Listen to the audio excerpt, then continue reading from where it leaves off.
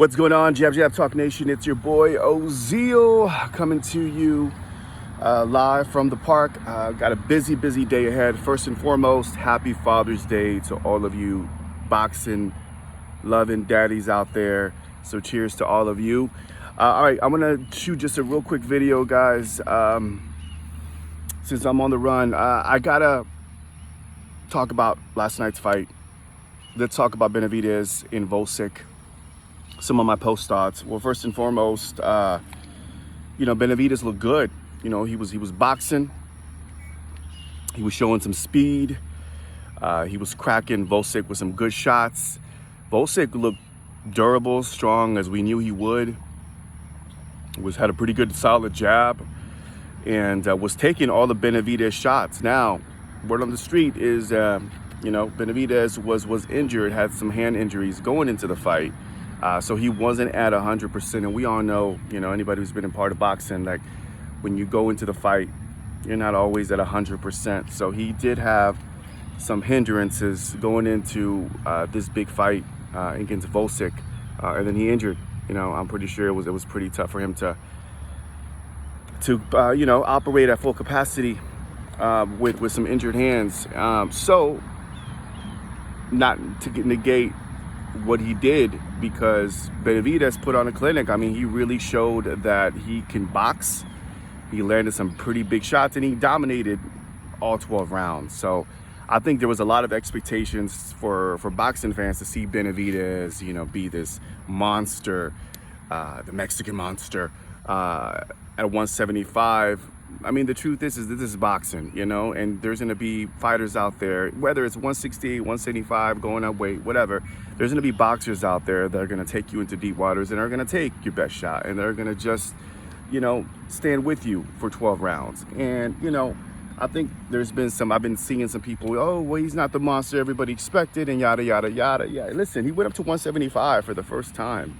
All right, and we can't compare Canelo and Crusher. Yes, people were like, hey, well, Canelo and Crusher, look what Canelo did to Crusher, and Crusher was a lot. Yes, we know that. I've been hearing that throughout on YouTube.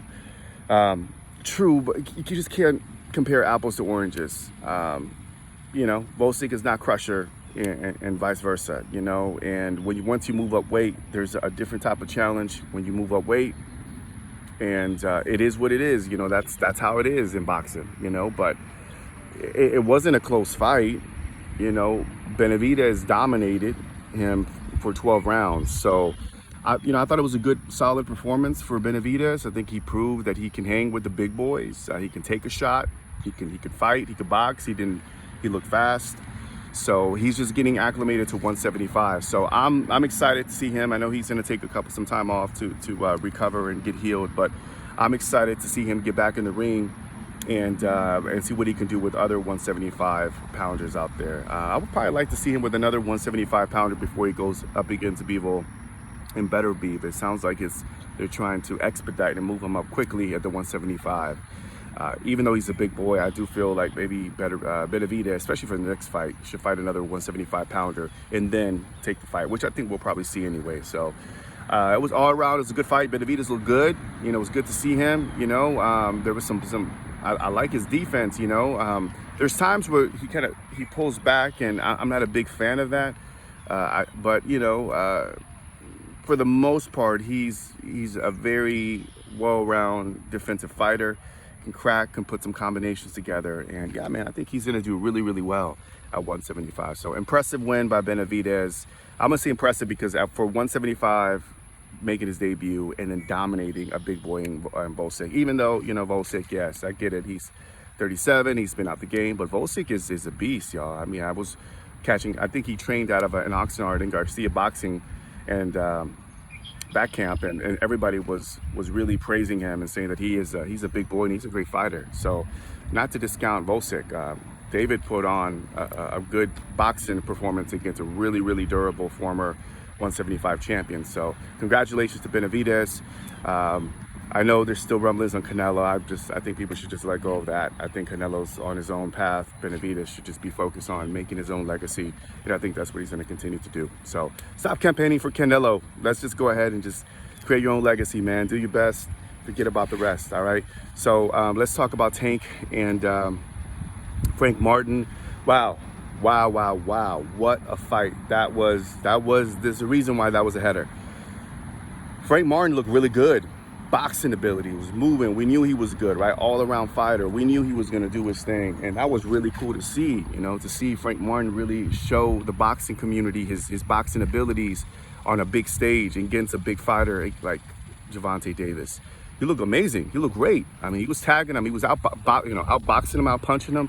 He was doing his thing. So I do feel like it was a great performance by Frank Martin up until the 8th round, where, of course, we saw what happened. Wow. Gervonta Davis, strong, just strong. He's the guy that could turn it up. And at any round, usually he starts up late and then he knocks you out. But I thought it was a really, Tank is the man. I mean, he's definitely one of my favorite fighters. And the really interesting thing about Davis is that he never looked uncomfortable. Like, he looked composed, even though he was getting tagged and outpunched and outboxed and outworked. He was still like keeping his calm, cool, and collective, and just putting that pressure, just pressure. And that pressure is intimidating. And even with the boxing abilities and the foot movement that Frank Martin was showing, it eventually was going to catch up. I mean, pressure, breaks pipes. So, that type of pressure that Davis puts on him, I mean, it's just constant. And I think that's the reason why, even though the corner of Frank Martin was telling him, hey, get off the ropes, which, rightfully so. He needed to get off the ropes. But I just think he was tired. I think he just gassed out. I think that it was just after a while, he was just like, well, let me just kind of hang out on the ropes and see what happens. And we all saw what happened. So what a big shot. Started with that uppercut and then finished him off. I believe it was with the right hand, right? But man, that was a devastating knockout.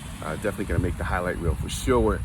But yeah, man, shout out to Gervonta Davis, Frank Martin. I think there's a lot of good fights. I know they're saying that, maybe a bounce back fight against Rolly, which, by the way, I saw Rolly in the press conference. Is anybody me like kind of like, Rolly, really? Like why is Rolly just, I feel like Rolly is just, he's a likable guy, and he's loud and all that. But I just think it's funny that he's still, despite all that talk and getting his ass, he's still hanging out there talking his ish. Hey man, respect to Rolly, man. He's doing his thing. No shame in his game.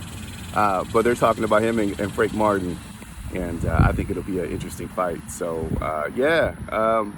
And what's next for Gervonta Davis? I would like to see him against Lomachenko. I think we're going to see that next. I hope so. I think that's the next one. I think Loma obviously has the boxing abilities like Frank Martin, but he has experience. But I don't think he has the punching power to do anything against Gervonta Davis. I mean, listen, needless to say, I think it'll be an interesting fight. I think it'll be a fight because Loma is, has been, undisputed. He's been the king at that division.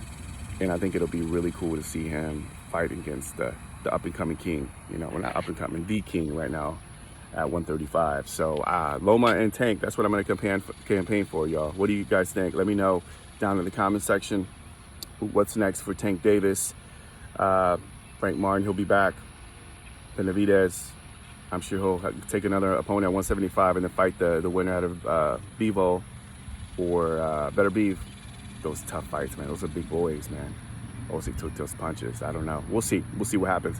And then Bosick, I think that we all know Bosick may have one more fight in him, and I think he's pretty much close to retirement. So that's it, y'all. Jab Jab Talk Nation. Just a short, quick point and shoot video. Just wanted to record this before I head out. And once again, happy Father's Day. Let me know in the comment section what you thought about the fight last night. And I'm out, y'all. Peace.